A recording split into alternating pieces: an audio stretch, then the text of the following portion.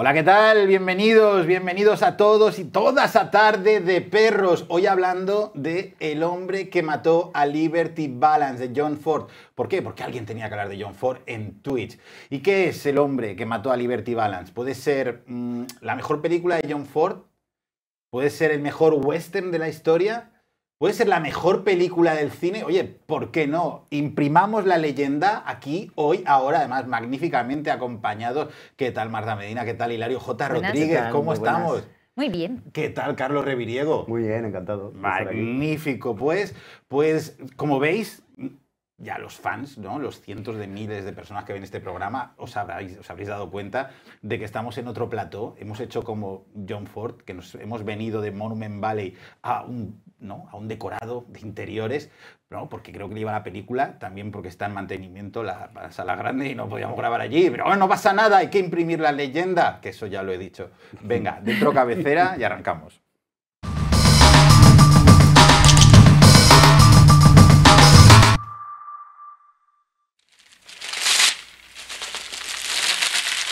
You're not going to use the store, Mr. Scott?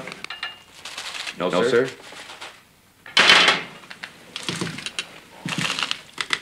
This is the West, sir. When the legend becomes fact, print the legend. He's right, Francis. Ya estoy emocionado. El hombre que mató a Liberty Balance. Tengo el portátil para saludar a la gente del chat, de Twitch. Hola a todos, hola a todos, hola. Así os voy leyendo las preguntas. Venga, os hago la ficha técnica, es decir, os pego mi habitual rollo y ya luego damos paso a todos los maravillosos invitados. Liberty Balance, el hombre que mató a Liberty Balance, que se podría haber llamado también el asesinato de Liberty Balance, aunque también a su manera es un suicidio, porque es el suicidio de Tom Doniphan, un increíble, inconmensurable John Wayne, que Manny Farber dijo, Manny Farber tiene un libro, uno de los mejores libros de crítica de cine que hay, que se llama Arte Termita contra Elefante Blanco, dijo que era el perfecto actor termita, porque era un actor que con muy poco conseguía cosas enormes. Y con muy poco quiero decir en cómo se sentaba John Wayne, en cómo ponía los brazos, cómo se agarraba la cintura, en cómo miraba John Wayne cuando están hablando otros en el plano, la presencia magnética de John Wayne, ese arte termita que canibalizaba todo y se hacía dueño de la película. Enorme John Wayne. Liberty Balance, claro, es una película de John Ford. Es muy difícil, a mí me gusta decir, no, es la película número X del director que vamos a analizar. No he sido capaz de saber qué número de película era de John Ford, porque John Ford hizo muchísimas películas. Pensar que solo antes del Caballo de Hierro, que ya es de cine mudo, o sea, ya es de la tapa muda, había hecho 35 largometrajes, de los cuales se conservan poquísimos, se conservan muy pocos. Lo que sí es cierto es que es de sus últimas películas. Es una película de 1962 y Ford solo haría 4 largometrajes más. Si contamos como largometraje su segmento de Civil War para la conquista del oeste, How the West Was Won. Además hizo en el 63 La taberna del irlandés, Donovan's Drift.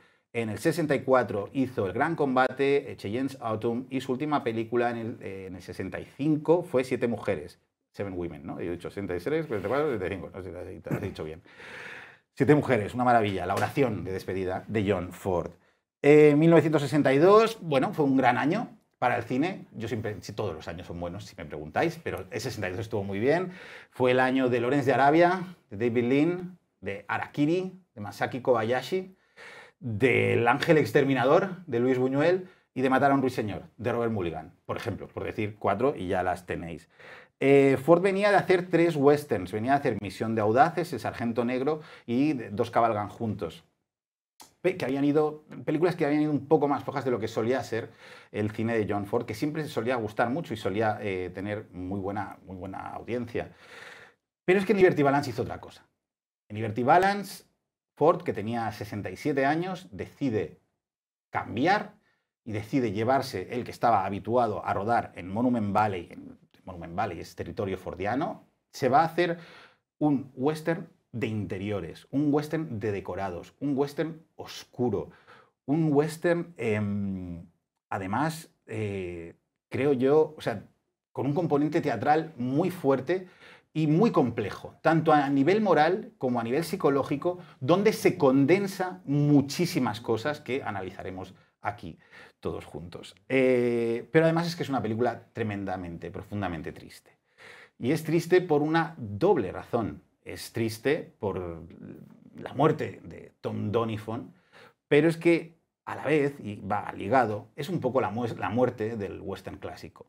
El hombre que mató a Liberty Balance da carpetazo al western clásico. Se harían westerns luego, se harían en los mismos años 60 hay películas como Río Conchos de Gordon Douglas, como Grupo Salvaje de Sam Peckinpah, nacería el Spaghetti Western de Sergio Leone, ¿no? Por un puñado de dólares en el 64, pero ya era otra cosa, ya eran westerns donde los protagonistas eran violentos, amorales, unos hijos de su madre, sádicos, desesperados, y eso se traduce en películas muy violentas, muy crudas, muy abigarradas realmente, ¿no? Un poco como un advenimiento a lo que vendría a ser el cine luego de los años 70 norteamericanos. Así que realmente la última película clásica, totalmente crepuscular del western es El hombre que mató a Liberty Balance, con otra película del mismo año, el 62, que sería el otro perfecto ejemplo de western crepuscular, como es Duelo en la Alta Sierra de Sam Peckinpah, que son dos ejemplos magníficos de western crepuscular. A partir de ahí se han seguido haciendo westerns, por supuesto, revisitacionistas, posmodernos, barrocos, bresonianos, como los de Monte Hellman, que son la caña, o los de Clint Eastwood, que sí que se consideran westerns clásicos, pero estaríamos más en una zona de western neoclásicos, diría yo, sobre todo Sin Perdón y El jinete pálido. Vale, bien, ya me he quedado seco. ¿Qué tal? Ya me he pasado. Hay una luz roja allí y es como me están dando la luz roja para que acabe. No, mientras no haya un puntero, ¿no? Un puntero rojo, no. Vale, no, que es que me emocionó. Yo podría estar toda la hora hablando solo. Vale, tenemos por aquí, lo cojo. Ahí está. Este es el libro que agrupa los relatos de Dorothy M. Johnson, Indian Country. Es la autora del relato original del hombre que mató a Liberty Balance, que, bueno, John Ford, el relato no está mal, pero John Ford lo que hace con el relato es brutal. Dorothy M. Johnson es una escritora de cuentos del oeste y también es la autora del Árbol del Ahorcado y de Un hombre llamado Caballo, que se tradujeron en estupendas películas, ambas dos, una de Elmer Daves y otra de Elliot Silverstein. Ford compró los derechos y le encargó el guión a Warner Bella, que era, el hijo de Bella decía que su padre era más de derechas que Attila, estaba a la derecha que Attila. Warner Bella era racista, era un hombre muy complicado, pero Ford siempre supo muy bien trabajar con él y quitar toda la parafernalia que no le interesaba de sus relatos. Ya había trabajado con Ford porque ya le había hecho el guión El guión es con Willis Goldbeck, es un guión a medias, pero ya había trabajado, ambos dos le habían hecho El Sargento Negro, pero sobre todo Bella es el autor de los relatos que dieron pie a la trilogía de la caballería de John Ford, Fort Apache, She Wore a Yellow Ribbon, La Legión Invencible y Río Grande, ¿vale? Y ya está, voy a acabar. Espera. La película que yo digo es la mejor de la historia del cine, bueno, cuando tuve que votar 10, las 10 mejores, entró. Fue recibida por la crítica de una forma terrorífica. La machacaron todos los críticos norteamericanos. O sea, le dieron una caña increíble. Nombres como Pauline Kael insultó a la película. El New Yorker le hizo una crítica destructiva. Dijo que era una parodia de las películas de John Ford. Todos, no. Andrew Sarris, como no, el gran crítico Andrew Sarris sí que la defendió y dijo que era una de las grandes películas de Ford, como Peter Bogdanovich, que acaba de fallecer. Este programa es un poco homenaje a Peter Bogdanovich, que también siendo joven crítico la defendió a muerte.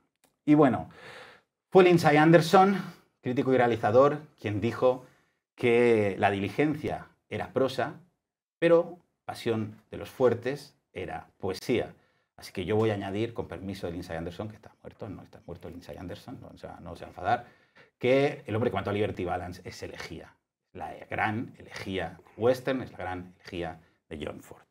Muy bien, y de este desierto vamos a pasar al jardín. Muy buenas tardes de perros. Muy buenas tardes. Marta Medina, que te has puesto me he puesto el jardín, sí, me he puesto el jardín de vergel. Me encanta. ¿Qué tal? ¿Qué nos cuentas? Pues nada, os cuento que bueno, he vuelto a revisitar El hombre que mató a Liberty Balance. Me parece... Es muy curioso lo que hablábamos antes del año 62. Claro, ver las películas que se hacían en ese año, ver que la Nouvelle Vague ya estaba ahí, ver que aquí estamos haciendo Tómbola, por ejemplo. ¿no? Tómbola, magnífica. Y ver cómo esa apuesta tan radical de hacer lo que dices, un western de interiores, que se vean los forillos, o sea, en el momento del ataque de Liberty Balance a Ransom, cuando viene en la diligencia, o sea, se ven los forillos, se ve el decorado, se ven, o sea, los cactus, todo eso es cartón piedra. Y me parece que funciona. Y funciona incluso, claro, como estamos hablando de un flashback, funciona que veamos a un Ransom, a James Stewart cincuentón, haciendo de recién salido de la Universidad de Derecho. Y dices, ¿cómo es posible que funcione? Pues funciona. Es tremendo porque es otra cosa que le criticaron mucho. ¿Qué hacen estos señores viejos haciendo una película de jóvenes? ¿No? Sí. Porque James Stewart tenía 53 años y John Wayne tenía 55 años. Sí. Y sin embargo, James Stewart aparece en la película como un estudiante recién graduado. Sí. Es absolutamente increíble. Carlos Reviriego, enorme el placer. Bienvenido a Tarde de Perros. Muchas gracias, un placer estar aquí. Y nada, bueno, pues qué decir de Liberty Balance. La verdad es que yo creo que es una película que tiene una naturaleza como muy esquizofrénica, o sea, prácticamente bipolar. Y además esa bipolaridad funciona a muchísimos niveles, prácticamente opera en todos los niveles, ¿no? Estamos hablando, como has dicho, de un western que es de interiores.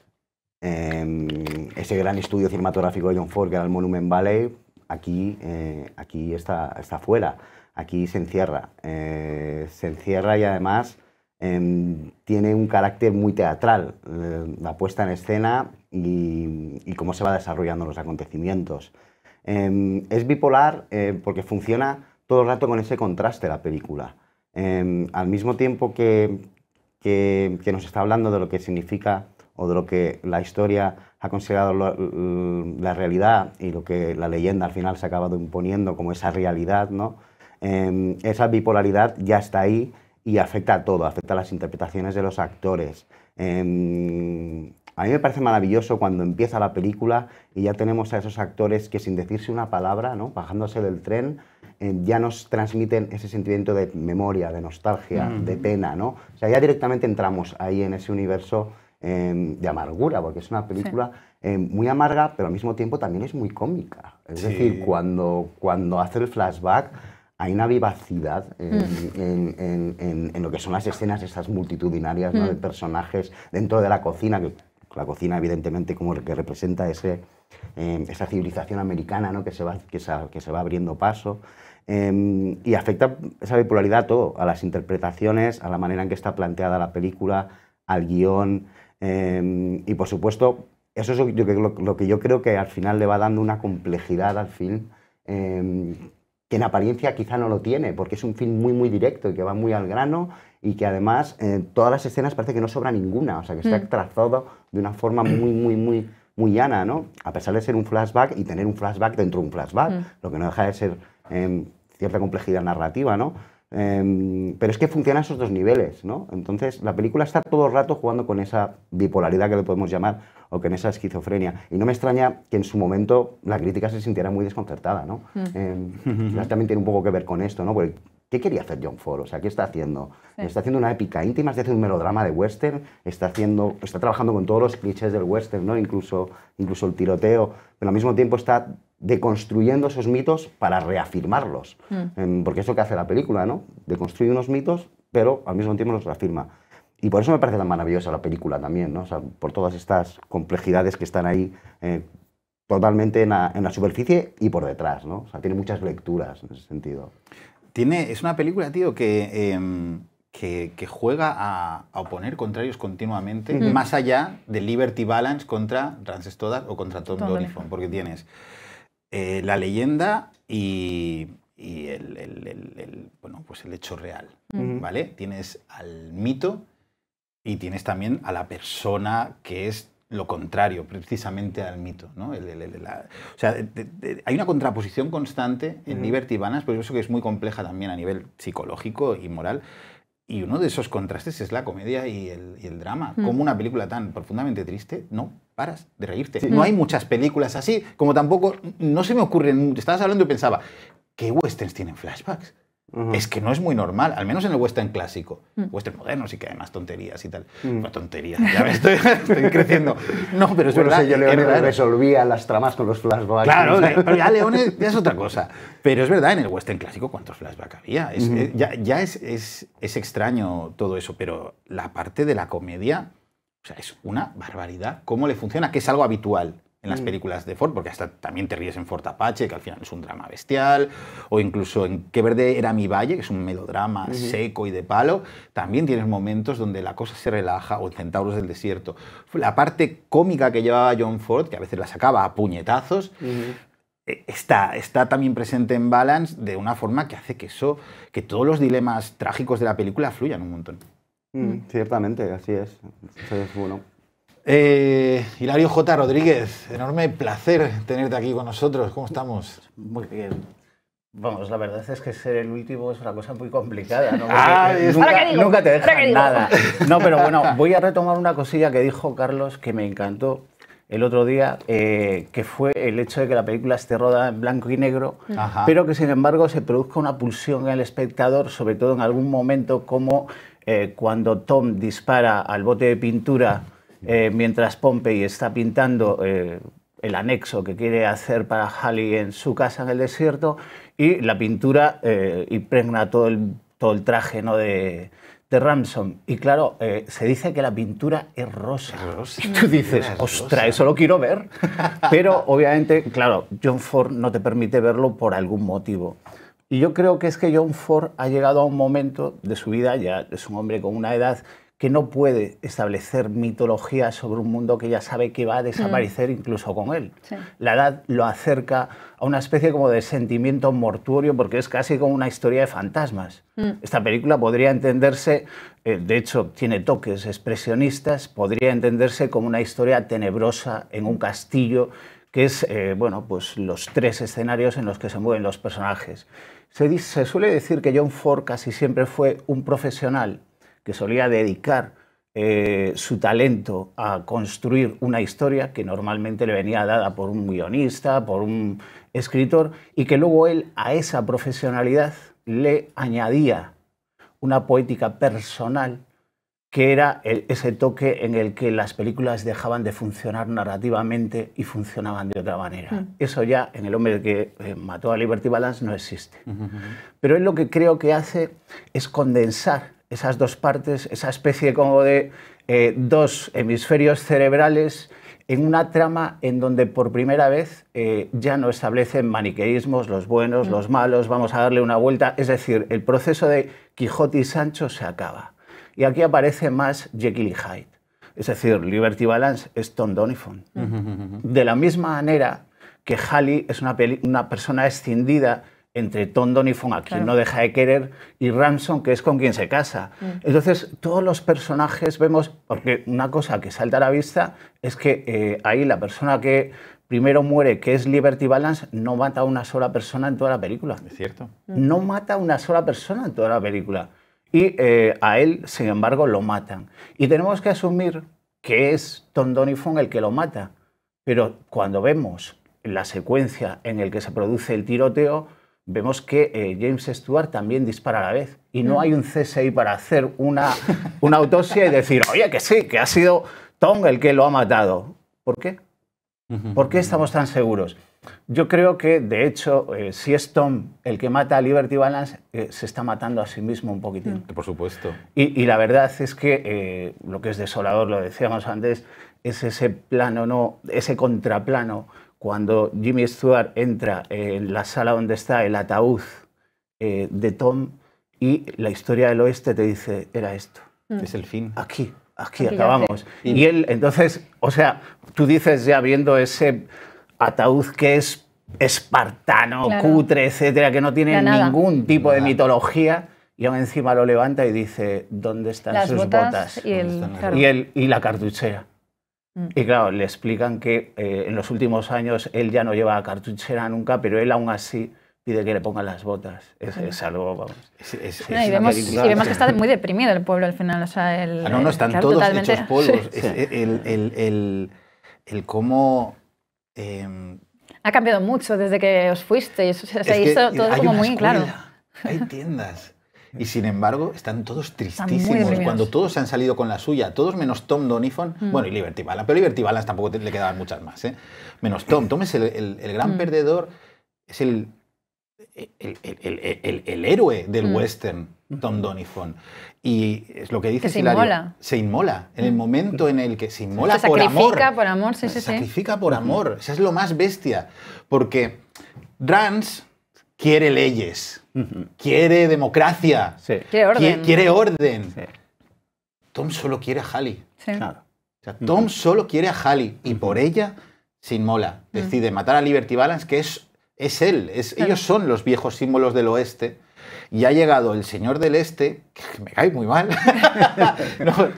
no, porque, hombre, moralmente intachable, tal, recto. Y muy valiente. Y muy valiente. Y el hecho de que John Ford decidiera darle ese final a Tom Doniphan, a lo que es el epítome del cowboy, del pistolero, que él, En el olvido, es que nadie se acuerda de en él. el olvido, Nadie se acuerda de triste, él. solo con Pompey, el único Claro. que está con él, pero es que el propio creador del western cinematográfico, no sé creador, pero es el que prácticamente lo crea, el que hace del género que sea el género más importante de la historia del cine hasta 1962, que lo convierte realmente en un arte tremendo y eleva la mitología del oeste, acaba dejando a su cowboy solo, sin botas, olvidado. Me parece... Sí. Sí, sí, Yo como- creo que Sí. de ahí el contrapeso un poco del humor, ¿no? Aunque ya Sí. en los años 50 ya había muchos westerns donde John Wayne intentaba ensayar su lado cómico, que luego explota, vamos, hasta las últimas consecuencias en Valor de Ley, que es la que le vale el Oscar. Sí. Curiosamente, el anti-Wayne es el que gana el Oscar. Igual que John Ford gana 5 Oscars, 4. pero bueno, es que un documental también ganó un Oscar. ¡Ah, magnífico! No pasa nada, ¡Flash! no pasa nada, no pasa nada, pero curioso que no gane ni un solo Oscar por un western, que es lo que él cree que le define. Él lo ganó. A ver, ¿qué verde era mi valle? Sí, el delator. Las uvas Las de uvas la de ira, la ira, el el delator delator y y- el hombre tranquilo. Sí. Y el documental no se me ha escapado. Es la batalla de Midway. De Midway, la de claro. Midway. Que eso también es muy curioso porque él estaba allí. Él O estaba sea, allí. estaba allí y de repente Sí, es como sí, sí. empieza a pasar todo el pitote Y bueno, y sale con la cámara sí. a grabar y bueno, las imágenes son espectaculares porque es que ves, Efectivamente. o sea, las explosiones están ahí. Y bueno, ¿te acuerdas que comienza con las madres viendo oyendo la radio? Sí, sí, sí, sí, sí. Es increíble, como si le fueran a dar las noticias, ¿no?, del bombardeo, etcétera, en el mismo momento. Increíble. O sea, es una película sensacional. La verdad es que es una película, volviendo al hombre que mató a Liberty Balance, que a mí me parece muy interesante el ejercicio de... A ver, asumimos evidentemente que ese flashback es el flashback de Stoddard, ¿no?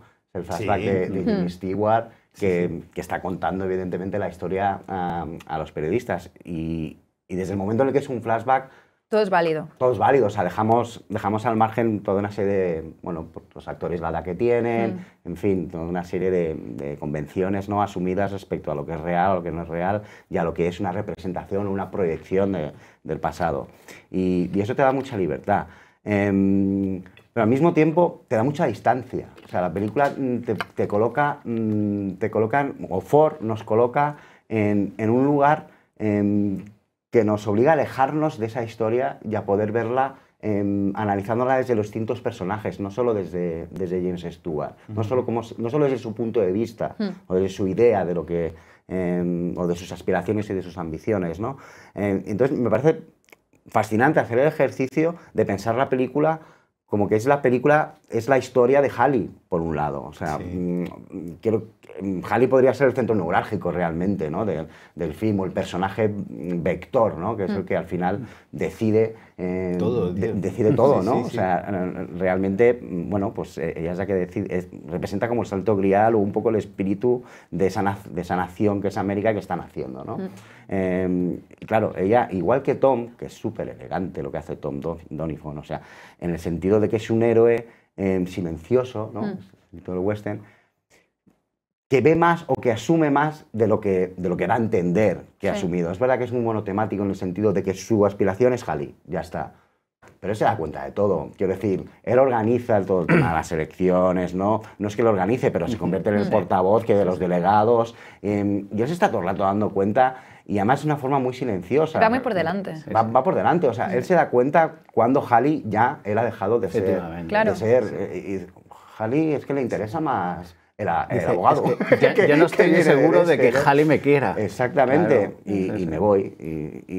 Y es verdad que, en fin, que tiene esta escena en la que una vez que ha muerto Liberty Balance, una vez que le ha matado, ¿no? Porque yo creo que sí que lo mata a Donifon, pero es verdad, podría haber tenido un tiro de suerte. No, Lance Stoddard no acertaría ni a Andrés Claro, no, es que no creo. Yo creo que si paramos el plano ahí, el revólver estará apuntando como 10 metros más a la derecha. Tiene suerte de no darse a sí mismo. ¿Dónde está él? Pero sí, o sea, cuando él mata a Liberty, matando a Liberty, matando la libertad del salvaje oeste, se está matando a sí mismo. Sí. Eso es muy claro, ¿no? Y entonces, justo después es cuando él se convierte en una especie de Liberty Balance, ¿no? Sí. Y empieza a gestualizar, se convierte en violento en el bar. Por lo tanto, me parece muy interesante hacer ese recorrido casi brechtiano de ponerte a una cierta distancia, porque Ford, evidentemente, siempre te ha contado las historias para que tú, de alguna forma, estés en la piel de los personajes, aunque sean muchos personajes. O sea, siempre te permite, cuando él te permite sentir lo que sienten los personajes, acto seguido, también te permite comprender por qué se sienten así. Y eso es algo que hace Ford muy bien y hace muy pocos muy bien, ¿no? Creo que es algo que hace grande a Ford. Que no solo te hace sentir de una forma invasiva, siente esto, emocionate, sino que luego comprendes por qué has sentido eso. Y lo comprendes por todos los niveles esos que está manejando, ¿no? Realmente ponerte en esa posición. Y claro, El hombre que mató a Liberty Balance es una película que hecha en el año 62, como comentabas antes, significaba absolutamente la muerte del western clásico, y no había otra manera de hacerla que de ese modo, que tomando esa distancia, ¿no? Porque como tú decías, es que Ford se está matando a sí mismo de alguna forma, ¿no? Sí. Total. Entonces, en ese sentido, también es fascinante, ¿no? A mí la forma de la película, porque en el momento cuando la gente le critica, pero ¿por qué usa blanco y negro? ¿Pero por qué son decorados? Porque ese momento es que para mí tiene todo el sentido, porque en el momento en el que está quitando los paisajes fordianos, el momento en el que todo está es dejando decorado. toda la grandeza, claro, deja toda la grandeza, todo lo que nos apabulla, ¿no? de ese western épico, y lo épico, exactamente, la épica la condensa, claro, y la hace como más, no sé, os ha pasado al final. O sea, todo lo demás es abstracción. Claro. Es abstracción. O sea, es que es una barbaridad cómo realmente vas a entrar directamente a los personajes, a lo que sienten los personajes, a meterte de lleno con ellos, entendiéndolos a todos. Y lo que representan dentro de la sociedad. Y lo que representan ¿no? dentro de la sociedad, ellos. dentro de la película, y siempre con con el único plano posible. Porque es lo que hacía Ford. O sea, los planos que hacía Ford demostraban que no había otro plano posible. Ese era el plano que había que tomar. Y siempre ponía mucha gente en el plano, como ahí lo estamos viendo. Y luego, aparte, que también supongo que cuando... O sea, que no había mucha posibilidad para el montador de montar otras cosas, porque claro, o sea, todo ocurre dentro de la escena, los personajes se mueven, cuando hay que reencuadrar en algún momento, pues él avanza y reencuadra, pero vamos, que no hay muchas opciones. O sea, yo creo que ya montaba en rodaje. Sí. Él montaba en rodaje total. Claro. Él hacía 1 o 2 tomas y decía, venga, seguimos. Dice, no, pero si es la primera toma, pedrada al actor, por hablar. Sí, entre el rodaje de la película y el estreno, 5 meses. Claro, Madre 5 mía. meses. Es increíble. Claro, que para esa época esas velocidades eran... Eran vertiginosas. Sí. Imagínate películas como Lawrence de Arabia, eso tuvo que ser un infierno para montarlo. Pero esta, pipa. Sí. Cuenta la leyenda. Yo, por lo que he leído a todos los libros que tengo de John Ford por aquí, cuenta la leyenda que realmente eso, Ford hacía 1 o 2 tomas, cambiaba, y que cuando acaba el último día de rodaje, él se iba a su barco a emborracharse. Y decía, bueno, no me destrocéis la película, no me pongáis mucha música, no me cortéis mal. Que me cuesta creerlo, porque luego ves las pelis de Ford y dices, pero ¿cómo no va a estar este hombre controlando si son perfectas? Y luego realmente ves, porque me he mirado todos los montadores que tuvo, montadores y montadoras, y sí es verdad que Jack Murray está en muchas, pero en general cambia, da absolutamente igual, eran montadores de estudio. ¿Y era por qué? Porque yo creo que es que al montador le llegaban las como copias. tengo que poner esto detrás de esto, es que tengo que, exactamente. No le daba opciones. No es que tengo esto y es que es tal cual, pam, pam, pam, pam, ya está, película. Sí. Impresionante. Hilario, en la comparativa, Tom Doniphan, Liberty Balance, tú has encontrado unos gestos que los compara muy bien, que los igualan. Esos dos momentos en los que ambos tiran unas monedas para pagar, ¿no? En un caso un filete, en otro a un médico por si acaso algún día tiene que bueno, pues atenderle el médico a Liberty Balance, y en el caso de Tom pues es al final cuando paga por el whisky que también coge y rompe una botella, igual que Liberty Balance antes. Sí, sí. O sea, los dos yo creo que tienen esa especie como de paralelismo. Sí, especular. Sí, sí, sí. Y además, fíjate, curiosamente, Liberty Balance, si piensas en él, es más alguien travieso que no un asesino o alguien peligrosísimo, porque ni siquiera la gente en el pueblo le tiene miedo. La gente vota en su contra delante de él, y mira que él les podría meter miedo, pero realmente yo creo que es una persona hasta graciosa. Graciosa, pero tiene que morir. Tiene que haber un becerro, ¿no? Es decir, sacrificado en toda esta historia, que el primero es él. Luego viene Tom, claro. Es una versión psicótica de Tom Doniphan. Sí. Pasada de vueltas. Pasada de vueltas. Pero también es un personaje quizás de los más caricaturescos, entre comillas, ¿no? De la película. Hay varios personajes así que tienen esa tipología, ¿no? Un poco caricaturesca. En él es muy claro. Pero también es un personaje que actúa obedeciendo a una serie de intereses y pagado por los ganaderos. Es decir, que también tiene unas motivaciones que no son no simplemente un loco que quiere imponer el caos. Es que realmente su lucha es la de mantener el viejo oeste. O sea, claro. La ley del oeste. ¿no? Son hermanos realmente, Tom y Liberty Balance, uno a cada lado, pero no tienen nada que ver con Ramses Stoddard. De hecho, si es una de las primeras frases que dice John Wayne. Dice Liberty Balance, dice, hombre, puede ser el hombre más duro al este del río... Del Pickerwhite. O yo. Excepto detrás de mí, claro. Sí. Ahí está poniéndose con él. Sí. El otro no tiene nada que hacer en ese aspecto y sin embargo le destroza. Y además en Liberty Balance está ese conflicto que hay, que luego lo hemos visto en muchos otros westerns, que es eso, las leyes, la modernidad, contra las armas, la violencia. O sea, lo hemos visto en Los Hermanos Sisters, por ejemplo. Sí. Que habla de la ciencia versus, pues eso también es Salvaje Oeste, en El poder del perro, que luego también hablaré de ella, que es eso, la ciencia y la medicina contra las antiguas prácticas, y es un poco eso, o sea, al final la modernidad, la llegada del tren, la llegada de la civilización es lo que acaba con el salvaje, claro, porque es el Salvaje Oeste. Claro, convierten el oeste en un reflejo del este. Y eso vergel, ¿no? En un jardín que hacen en el desierto. En un jardín, y se lleva por delante no solo a Tom Doniphan, se lleva por delante pues, a Wyatt Earp, se lleva por delante, ¿no? A los protagonistas, ¿cómo se llama la diligencia? El último forajido, ¿no? El Jesse James, ¿no? Que también Jesse James. Las películas alrededor de Jesse James. Claro, Ringo se llamaba John Wayne, ¿no? Todos esos... esos héroes que además interpretaba John Wayne en Pasión de los Fuertes es Henry Fonda, que Pasión de los Fuertes yo lo decía otro día porque nosotros quedamos un día aquí para ensayar ahí como a lo John Ford y se puede entender, que también lo dice mucho Joseph McBride en su magnífico libro, entender Liberty Balance como un remake de Pasión de los Fuertes, y ahí ves claramente lo desesperanzado que se vuelve el cine de John Ford, porque Pasión de los Fuertes, Monument Valley, tiene unos planos que son orfebrería. Cada plano es que es una maravilla en Pasión de los Fuertes. Tiene una narrativa abierta, que ¿no? Tiene, en mitad de la mitad de la película hay como un valle que se abre, donde conoces a Doc Holliday, hay un baile, ¿no?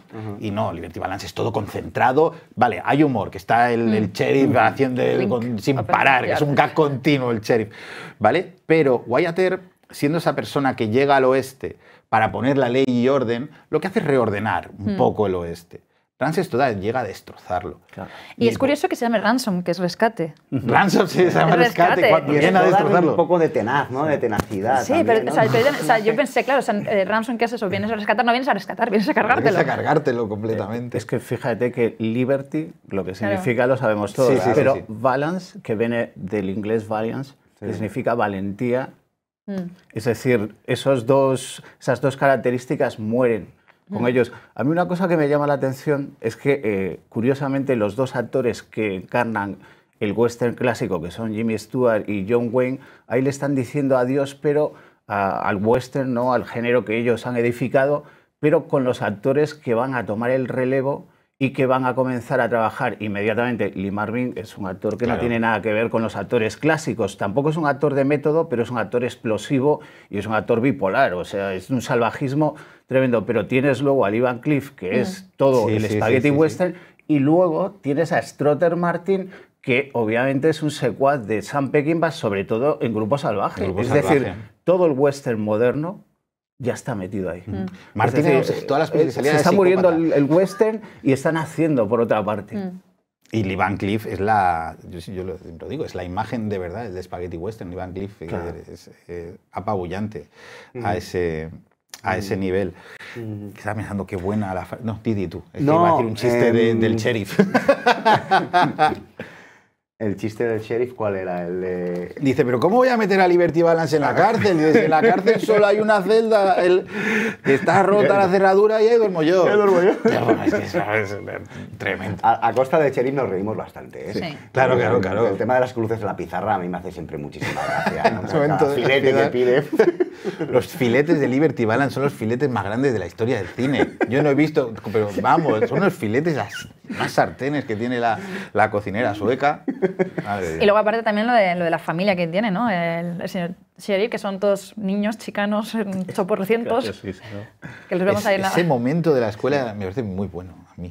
El momento de la escuela es increíble, porque en general ya solo la idea de una secuencia larga dentro de una escuela, haciendo pura pedagogía sobre qué es la Constitución, qué es la República, qué es la República, qué es la formación de una nación. O sea, ya solo introducir esa secuencia en la película y darle ese tono tan pedagógico y tan didáctico, ya es muy arriesgado, ¿no? Y luego tiene un momento muy emocionante que es cuando Pompey intenta recordar la declaración de independencia.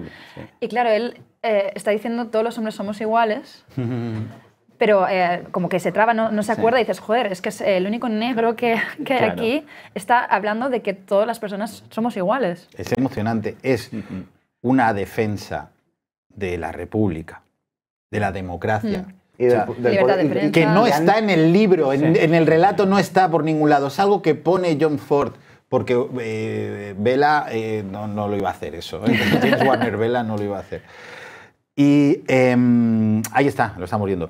Y este momento fue censurado en España. Esto no se vio cuando se estrenó en España porque el régimen franquista, la dictadura franquista, entendió que una defensa de la democracia y de los valores de la República, pues como que no... Aquí podría la gente decir, pero ¿y entonces nosotros? Mejor que no los vieran. Y toda esa parte está censurada. Si la podéis ver doblada la película, y antes de que hable todas las voces Pompey, cambian. Quien habla es Nora, creo que es una inmigrante también. Son suecos, ¿no? Sí, no recuerdo. Claro, suecos. Sí, suecos. Y ella lo que habla es de que el poder va a ser del pueblo y que nosotros somos los que gobernamos. Una cosa que decías el otro día también, ya ves que yo tomé nota de lo que decíais el otro día, pero el otro día hiciste un comentario que me gustó mucho, que es que esta secuencia, que es maravillosa y muy fordiana, vaya alternada con el momento en el que va a haber otra nueva elección, pero esta es de tiro. Sí, justo después de la elección de tiro. Claro, la elección demócrata y la elección de la violencia salvaje. Claro, todo el rato libros, armas.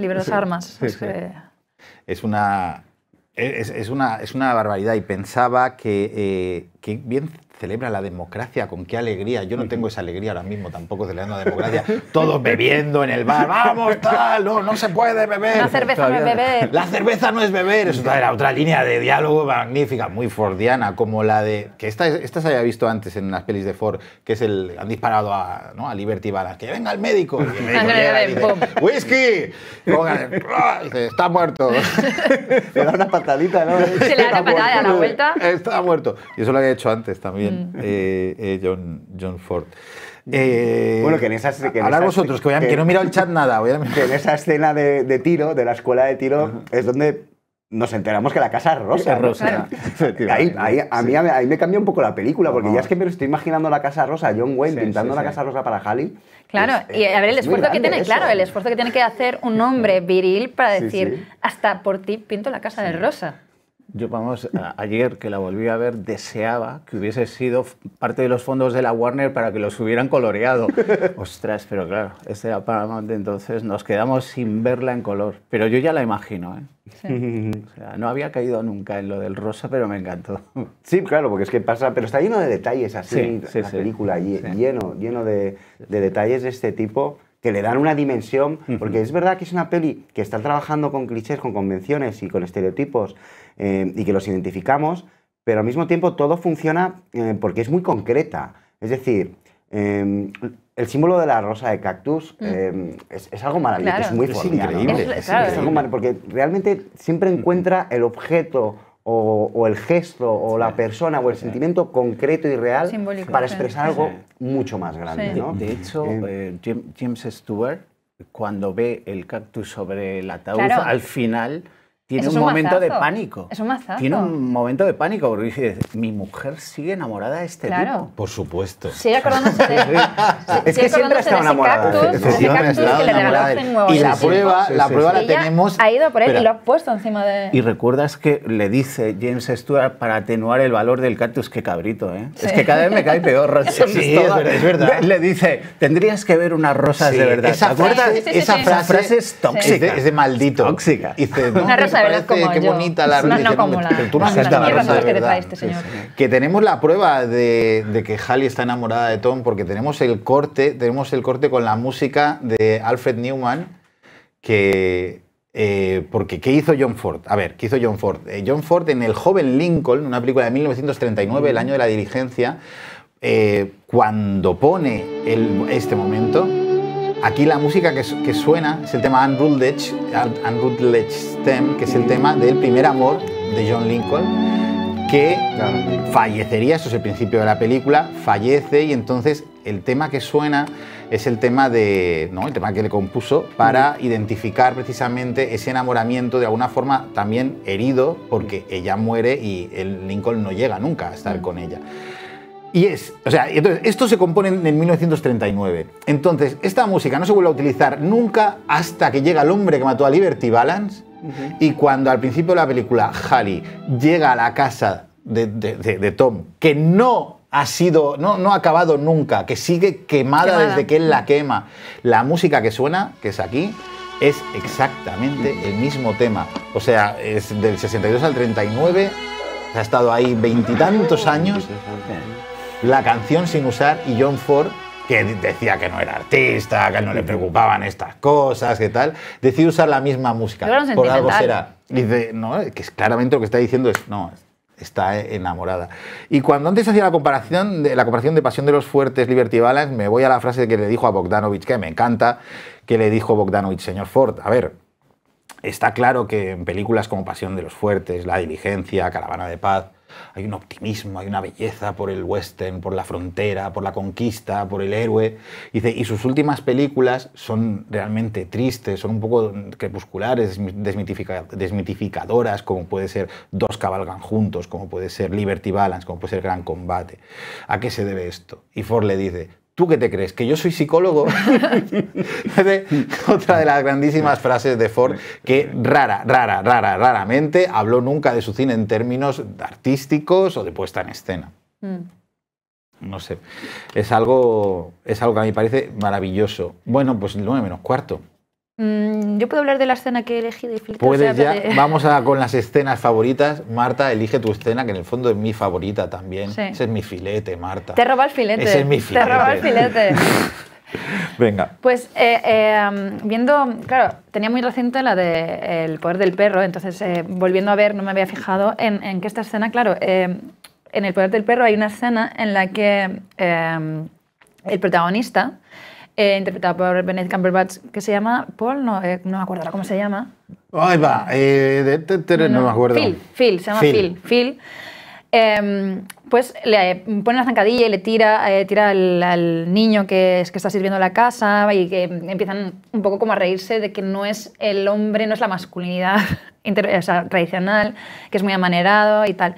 Y aquí, viendo esta escena, volviéndola a ver varias veces, también, aparte de que habla, el personaje de Ransom quiere sacar la bandeja con los filetes. Oh, mira. Claro, y lo primero que dicen es, a ver, un hombre no lleva los filetes, un hombre no puede servir las mesas, ¿no? Y entonces aquí, claro, se ven por primera vez, se vuelven a encontrar después de la paliza. Y me gusta mucho porque en el momento que él cae, él está por debajo de Tom y de Liberty Balance. Y hay ciertos comportamientos que son hasta como femeninos o ciertas frases que dice, o sea, aparte de que ella que le dice, mira, la camarera, él, jolín, ¿por qué tenéis que montarla? Y todo eso, son como, yo me imaginaba un personaje femenino así, ¿no? Sí, y entonces hay un triángulo, que no es amoroso, es un triángulo de odio.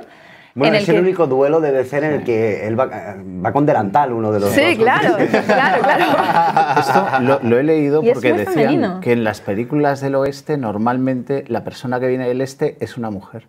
Claro. Y aquí, sin embargo, Aquí es un hombre, sí, pero es un hombre que es no es amanerado, pero sí que es fino pero que tiene, y tal. Y aquí, claro, él se queda en el suelo mientras los hombres hablan entre ellos porque, claro, o sea, el reto es entre ellos dos. Este señor no lo consideramos ni hombre como nosotros, ni en realmente, ahora ya ha pasado el plano, pero aquí no está igualando a Tom y a Liberty Balance porque el plano es para Tom Doniphan, antes se ha visto, pero el contraplano es para Lee Marvin y sus 2 secuaces. Sí. Es como, no, para coger a este necesitas a 3. Te lo está diciendo con el plano John Ford. Y a mí este momento, yo que la he visto 70 veces, pero aquí la primera vez que la ves estás alucinado. Dices, aquí va a haber una matanza que se van a trinchar todos. Y es casi hasta ridículo cuando se le cae el filete y lo vuelve a poner. Toma, y como Peabody dice la frase, ¿no? Dice, Liberty Balance se ha asustado al ver la ley y el orden levantarse por encima del puré de patatas y de las verduras. Y aquí tira las monedas. Mira Lee Marvin. Qué magnífico. Jolín, pues fíjate, no me había fijado en lo que dices, claro, que es que no les está poniendo en el mismo lugar, claro. En un plano está John Wayne así, cortado por aquí, y en el otro son los 3 con la mirada fordiana, magnífica. Y luego mete el inserto de Pompey, ¿no? Ahí, Pompey que dice, my boy Pompey at the door. Está ahí. Venga, Carlos, secuencia favorita. A ver, es justo después, en realidad, de la escena del filete, o del filetazo. Lo que pasa después es que en la cocina James Stewart Stoddard decide que se va a quedar y así lo anuncia. De hecho, Peabody le ofrece su periódico para montar su consulta de abogado, su gabinete de abogado, ¿no? Y ahí hay unos silencios, está siempre John Wayne ahí como de fondo, mientras está hablando James Stewart con Hallie, y le dice que se va a quedar, que acepta la propuesta de Peabody y que va a montar ahí su gabinete. Y entonces, ahí en ese momento, aunque John Wayne está al fondo, claramente en su gesto vemos que él ahí ya se ha dado cuenta de que ha perdido a Hallie.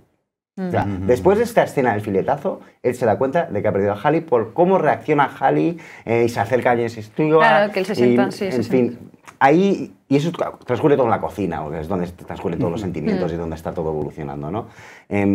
Pues bien, ahí en ese momento, Tom Doniphan se da cuenta y le dice a Hallie, me voy a ir durante, no sé si son 2 semanas o 10 días o 14 días, de los caballos. Y ya volveré, ¿no? Y ella solo le dice, adiós, Tom.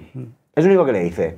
Él se va, cierra la puerta, y entonces, en ese momento, cuando cierra la puerta, ella se para, se da la vuelta y es cuando corta a uno de los planos más bellos que para mí ha filmado Ford y que está en esta película, que es este plano absolutamente pictórico, y que ella se queda al fondo en la luz, que representa ese futuro, ¿no? Esa civilización y esa nación, y que aquí ya ha escogido, yo creo, a Stoddard. Sin embargo, John Wayne se va a la oscuridad, ¿no? A las sombras. Desaparecen las sombras, que son las sombras de la historia, que es a donde pertenecen en ese momento los personajes como él, ¿no? Al olvido, que es donde empezamos la película, con Doniphan en el olvido. Y bueno, es un plano muy pictórico, muy fordiano, claro oscuro, jugando con ese expresionismo del que tú hablabas, ¿no? Sí. Pero para mí absolutamente poético. Aquí mete también un poco de musiquita de fondo, que no sé si será la misma. Puede ser la misma. Creo que es la misma, porque para mí esto también es una evidencia del amor de ella hacia él. Claro.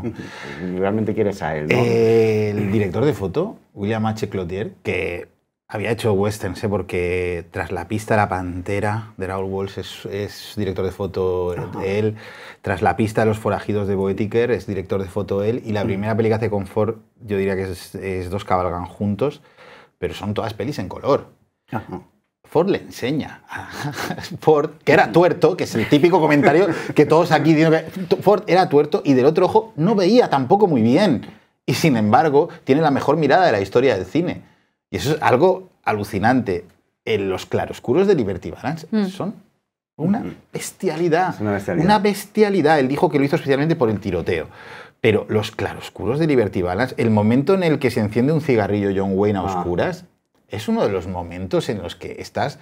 O sea, que alguien que no se considera a sí mismo artista... Y cuando aparecen los villanos poeta. En la prensa. Sí, en la secuencia. Claro, eso es brutal, ese momento es brutal. Mira, el del cigarro, ahí está. Ahí está. Es que es increíble. Que llevaba sombrero nuevo, que John Wayne siempre lleva el mismo sombrero en todas sus películas y aquí le dijo John Ford, quítate el sombrero y le puso uno nuevo. Mira, es que es un momento. Que ese es el corredor desde el que va a matar a Liberty Balance. Exactamente. En las sombras de la historia, ¿no? Como quedan ahí ocultas. Y este momento, ¿no? Aquí es cuando enciende la luz y están detrás. Madre mía, en realización, qué control. Mira, enciende, ¡pam! Vamos. Es que es impresionante.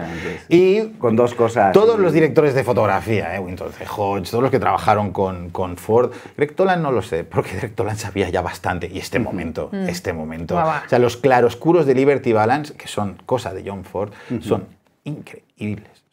Y este momento es que es tristísimo. También se me está poniendo los... Sí, no, aquí está quemando. Aquí está quemando la cabaña rosa. La cabaña Imaginaros, rosa. ¿no? La cabaña rosa. No es que nada que ver. Todo. Vamos, es tremendo. Por cierto que Woody Strode, que tenía que sacar, ¿no? Sacaba ahí de la cabaña en volandas al cuerpo de John Wayne.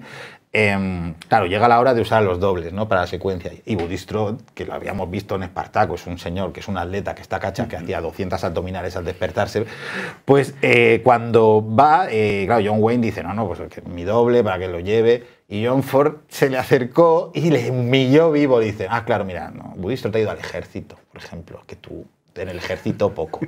Y claro, él está en forma, que tú, digamos que en forma. Cobardilla, ¿no? Y al final... Es John Wayne el que sale en brazos. John Wayne dijo, vale, me cago.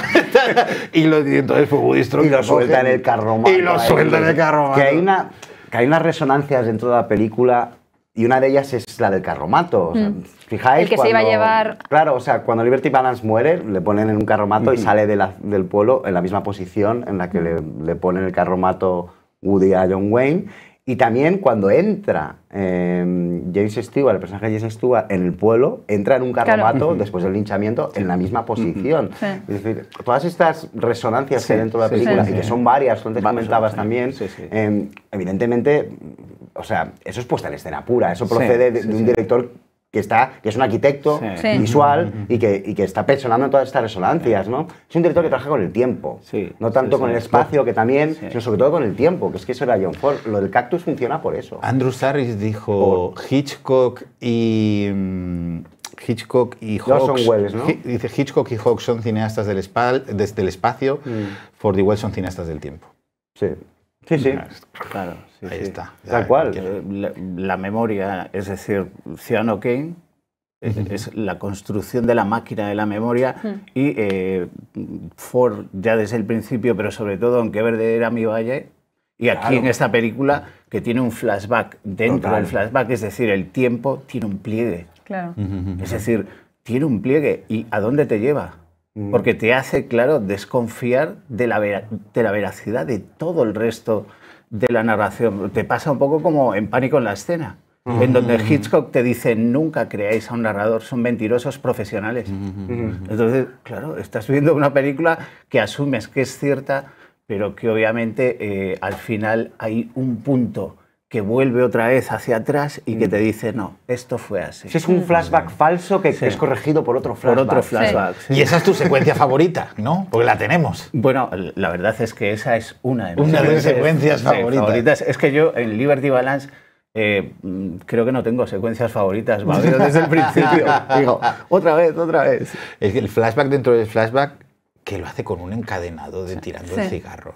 De tirando el humo del cigarro. Ya, es muy bonito eso. Eso es muy bonito. Porque además es que la primera aparición de John Wayne en una película de John Ford, ¿no? Que es muy similar, que es el momento de la diligencia, ¿no? Sí, hay un está desenfocado. Sí. Y aquí también se despide en el western con John Ford con otro desenfoque, de alguna forma, ¿no?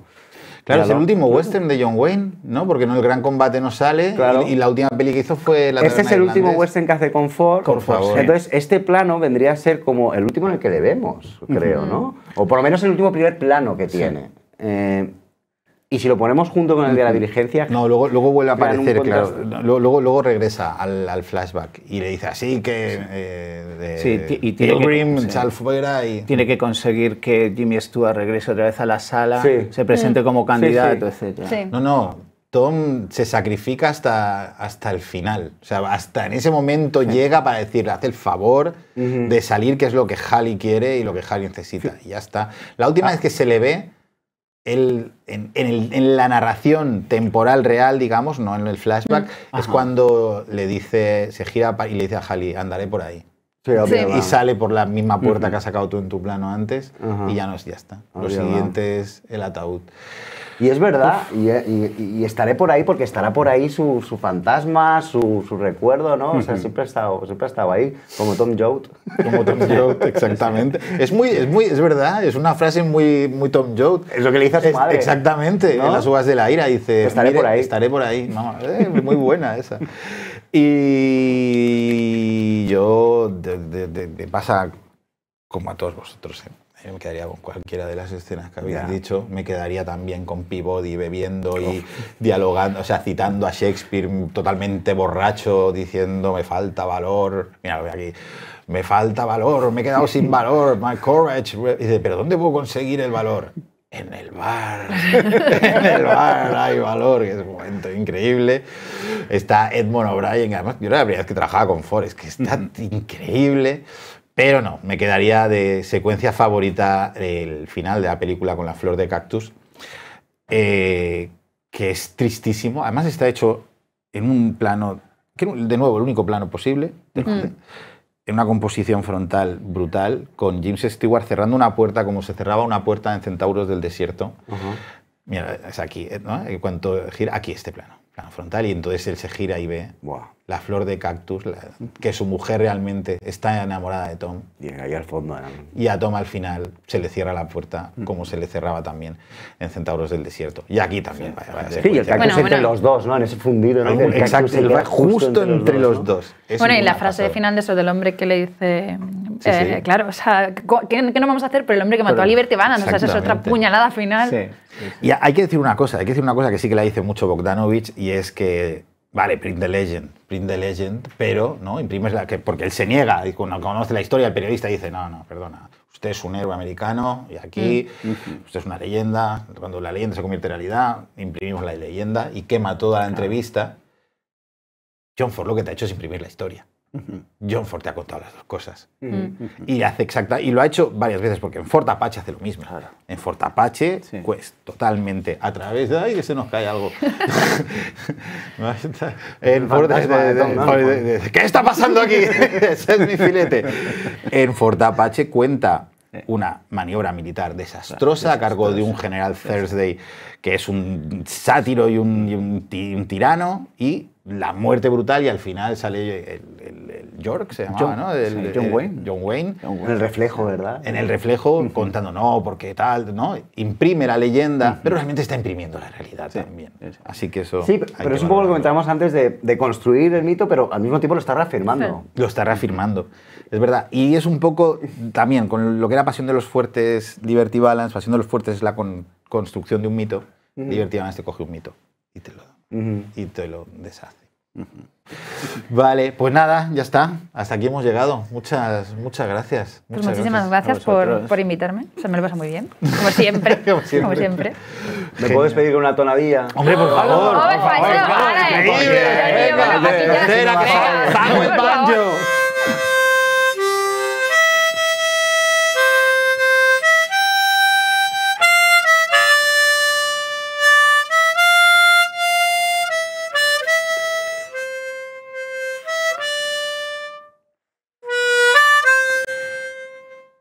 ¡Bravo!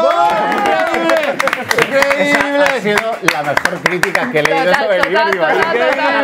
¡Emoción increíble! No hice nada, se lo he guardado. Se ha callado todo. ¡Increíble! ¡Madre mía! Eso ha sido abuso, ¿eh? Abuso totalmente. Nos has noqueado. Nos has noqueado. Impresionante, Carlos, tío. Impresionante. Vale, a todos vosotros, vosotras, amor incondicional, ya lo sabéis, volveremos hasta que nos corten el programa, aquí seguiremos el próximo 17 de febrero, ¿vale? Y la película será La Cosa, de John Carpenter. Porque al final me decía Dani de parte de Arroyo, si es que todo lo que haces son westerns, Alex, todos son westerns encubiertos de alguna forma, todas las películas que estás metiendo, es un poco verdad, Dani. Vale, a ver si lo vemos aquí a Dani. El cine es western. Un beso a todos. Venga. Chao.